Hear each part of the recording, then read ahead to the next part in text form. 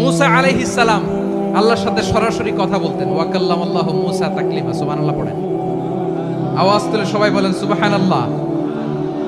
এখন বনি ইসরাইল হচ্ছে পৃথিবীর সবচেয়ে গোয়ার জাতি। তারা বলে, মুসা তুমি যে আল্লাহর সাথে কথা বলো আমরা তো দেখি না, তুমি যে কথা বলো আমরা তো শুনি না, তো কি করতে হবে? বনি ইসরাইল বলে, আমাদের মধ্য থেকে 70 জন নিয়ে যাইতে হবে তোর পাহাড়ে। ওরা আয়েশা যদি কয় হয় আমরা শুনছি, তাহলে বিশ্বাস করব। কত বড় ডাকাত দেখছেন বনি ইসরাইল। এদের যে গোয়ার জাতি নাই, এত গোয়ার তুমি করেছো মুসা আলাইহিস সালামের সাথে। তুমি যে আল্লাহর সাথে কথা বলে আমরা তো দেখি, কি করব? 70 জন আমাদের বন্ধু বান্ধব যে যদি দেখে তারা বলবে ওকে আসো, 70 জন আসো। 70 জন নিয়ে গেল। মুসা আলাইহিস সালাম হারুন আলাইহিস সালামকে খেলাফা দিয়ে গেলেন, আল্লাহ ওনাকে নবী বানালেন। মুসা আলাইহিস সালাম বললেন, হারুন খবরদার, বনি ইসরাইলের মধ্যে তাওহীদের বাণী প্রচার করবা, ঐক্য ধরে রাখবা, বিচ্ছিন্ন হতে দিবা না। চলে গেছে। এইদিকে বনি ইসরাইলের এক দুষ্ট লোক ছিল, নাম সামিরি। কি নাম? সামিরি। সে সবাইরে বলল তোমাদের স্বর্ণগুলো ফালাও। স্বর্ণগুলো ফেললো, বনি ইসরাইলের স্বর্ণগুলোকে গলিয়ে সে একটা গরুর বাচ্চা বানালো। গোবৎস। কিসের বাচ্চা? দেখেন গরুর পূজা কিভাবে শুরু হয় পৃথিবীতে প্রথম। গোবৎস পূজা, গরুর বাচ্চার পূজা কিভাবে। সে স্বর্ণ গলি গরুর বাচ্চা করে জিবরাইল আলাইহিস সালাম যে জমিনে এসেছিলেন, ওই ফেরেশতার পায়ের নিচের একটু মাটি সে বুদ্ধি করে প্যাকেটে রেখে দিয়েছিল। সে গরুর বাচ্চা বানায় স্বর্ণ দিয়ে গলিয়ে ওই মাটি এটার মধ্যে ঢুকাই দিছে বেলকি দেওয়ার জন্য। স্বর্ণ দিয়ে বানানো গোবৎস গরুর বাচ্চার গায়ে যখন সেই মাটি ছুঁড়ে দেয়া হলো, এখন বাছুরের ভেতর থেকে ভ্যাঁ ভ্যাঁ আওয়াজ আসতেছে। কি আসতেছে? সবাই তো অবাক। সামিরি বলে, আরে তোমরা যে 70 জন দিয়ে মুসা আলাইহিস সালামকে পাঠাইছো, ওইদিকে এত ঘুরতেছে, আল্লাহরে খুঁজে পায় না, আল্লাহ তো এটার ভিতরে ঢুকছে। নাউজুবিল্লাহ বলবেন না? তোমরা যে 70 জন দিয়ে পাঠাইলা, 70 জন নিয়ে মুসা আলাইহিস সালাম খালি ঘুরতেছে, আল্লাহরে পায় না। পাবে কেমনে? আল্লাহ তো নাউজুবিল্লাহ এটার ভিতরে। সেজদা দাও। এই সেজদা দিয়ে আল্লাহর নবী হারুন আলাইহিস সালাম বললেন, খবরদার, এটা সুস্পষ্ট শিরক। আল্লাহ সব গুনাহ মাফ করে, শিরকের গুনাহ মাফ করে না। খবরদার, তোমরা থামো। কে শোনে কার কথা? এই যে যেমন এখন আপনারা আমার কথা শুনতেছেন না? শুনতেছেন? হারুন আলাইহিস সালাম বললেন, খবরদার, এই শিরকি কাজে তোমরা সংযুক্ত হয়ো না। তোমাদেরকে কি মনে নাই আমার ভাই মুসা আলাইহিস সালাম কি বলছে? আল্লাহ শিরক মাফ করে না। খবরদার, শিরক করো না, আল্লাহরে ভয় করো। হারুন আলাইহিস সালাম তাদেরকে বুঝালেন, শিরক করো না, আল্লাহরে ভয় করো। শুধু এতটুকুই তিনি বুঝালেন, দাওয়াতি কাজ পালন করলেন, কিন্তু প্রতিরোধ করেন নাই, সশস্ত্র সংগ্রামে লিপ্ত হন নাই, বাধা দেন নাই। কারণ গৃহযুদ্ধ বেঁধে যেতে পারে। উনি ভাবলেন, আমি যদি আমার বাহিনী নিয়ে দাওয়াত দেওয়ার সাথে সাথে প্রতিরোধ করি, আক্রমণ করি, ওরাও আমারে আক্রমণ করবে, ব্লাডশিট হবে, রক্তপাত।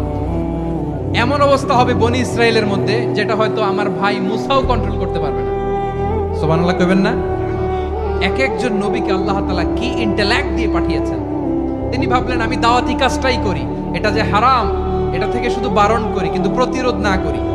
আমি যদি ঐক্য ধরে রাখতে পারি, বাকিটা আমার ভাই সামলে নেবে। সুবহানাল্লাহ। হারুন আলাইহিস সালাম প্রতিরোধ করলেন না। বনি ইসরাইলের মধ্যে গৃহযুদ্ধ বেঁধে যাওয়ার আশঙ্কায় প্রতিরোধ করলেন না, আক্রমণ করলেন না, শুধু দাওয়াত দিলেন। ইন দা মিনটাইম মুসা আলাইহিস সালাম আল্লাহর সাথে কথা বলে যখন ফিরে আসলেন, দেখলেন বনি ইসরাইলের অধিকাংশ লোক মুশরিক হয়ে গেছে। মুশরিক হয়ে গেছে। মুসা আলাইহিস সালাম রেগে গেলেন। রেগে প্রথমে বনি ইসরাইলদেরকে অ্যাটাক না করে ভাইয়ের দাড়ি ধরলেন। হারুন আলাইহিস সালামের দাড়ি আর চুল। মেজাজি নবী ছিলেন। হারুন, তুমি কি করলা? তোমারে কি দায়িত্ব দিয়ে গেলাম, তুমি কি করলা? তুমি থাকতে বনি ইসরাইল কেমন করে শিরকের কাজে নিমজ্জিত হয়ে যায়? সাইয়েদনা হারুন আলাইহিস সালাম বললেন, ইন্নী, কোরআন সাক্ষী, কোরআন থেকে কোট করছি, ইন্নী খাশিতু আন তাকুলা ফাররাকতা বাইনা বনি ইসরাঈলা ওয়া লাম তারকুব কওলি। ও আমার ভাই, আমার দাড়ি ধরবেন না, আমার মারবেন না। আমি ভয় করেছি, আমি ভয় পেয়েছি, না জানি আপনি বলেন তুমি কেন খাশিতু আন তাকুলা ফাররাকতা বাইনা বনি ইসরাঈল। আপনি এসে আমারে যদি বলেন তুমি কেন ঐক্য ধরে রাখলে না, কেন মারামারি হলো, কেন রক্তপাত হলো, তোমার কি এই দায়িত্ব আমি দিয়ে দিয়েছিলাম? আমার কথার দিকে কি তুমি আক্ষেপ করো নাই। আমি যে বলছি তাওহীদের বাণী প্রচার করবা আর ঐক্য ধরে রাখবা, আমার কথা কি শোনো নাই? আপনি আমারে ধমকাবেন, এই জন্য আমি প্রতিরোধ করি নাই, আক্রমণ করি নাই, গৃহযুদ্ধ আটকানোর জন্য কিন্তু আমি দাওয়াত দিয়েছি। সুবহানাল্লাহ পড়েন। ঐক্য ধরে রেখেছেন। মুসা আলাইহিস সালাম মুহূর্তেই সামিরীকে আক্রমণ করলেন, অ্যাটাক করলেন, শাস্তি দিলেন। মুহূর্তেই ওই গোবৎস গরুর বাছুরকে ভেঙে চুড়ে মেসাকার করে সাগরের মধ্যে ভাসিয়ে দিলেন। পুরো বনি ইসরায়েলকে আবার তাওহীদের উপর প্রতিষ্ঠিত করলেন। পড়েন সুবহানাল্লাহ। এই ঘটনা থেকে শিক্ষা কি? শিক্ষা হচ্ছে আপনি শিরকের আড্ডাখানা দেখলেও বৃহৎ স্বার্থে তাওহীদের দাওয়াত দিবেন, প্রয়োজনে আপনি ঐক্য নষ্ট করবেন না। সুবহানাল্লাহ পড়বেন না? তাহলে ঐক্যের গুরুত্ব বেশি না কম বলেন? আওয়াজ করে বলেন। ওয়াতাসিমু বিহাবলিল্লাহি জামিআ, আল্লাহর রশিকে আঁকড়ে ধরো।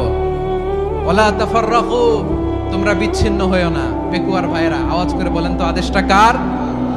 এখন বলেন আমাদের ঐক্যবদ্ধ জীবনের দরকার আছে না নাই?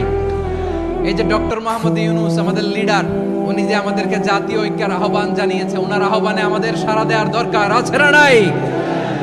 রাজনীতিবিদদের যে ডাকছে খুশি লাগে নাই আপনার? আলেমদের ডাকছে খুশি লাগে নাই? আলহামদুলিল্লাহ বলবেন না? আলহামদুলিল্লাহ। সবাইকে ডেকেছে, ঐক্যবদ্ধ করেছে। আমরা ঐক্যবদ্ধ থাকতে চাই, আমরা ঐক্যবদ্ধ জীবন চাই, আমরা আর কাদা ছড়াছড়ি করতে চাই না। রাজি আছেন সবাই? এখন আমরা যদি ঐক্য নষ্ট করি আমাদের কি কি সমস্যা, কি ক্ষতি, কি কুফল? অনৈক্যের কুফল কি?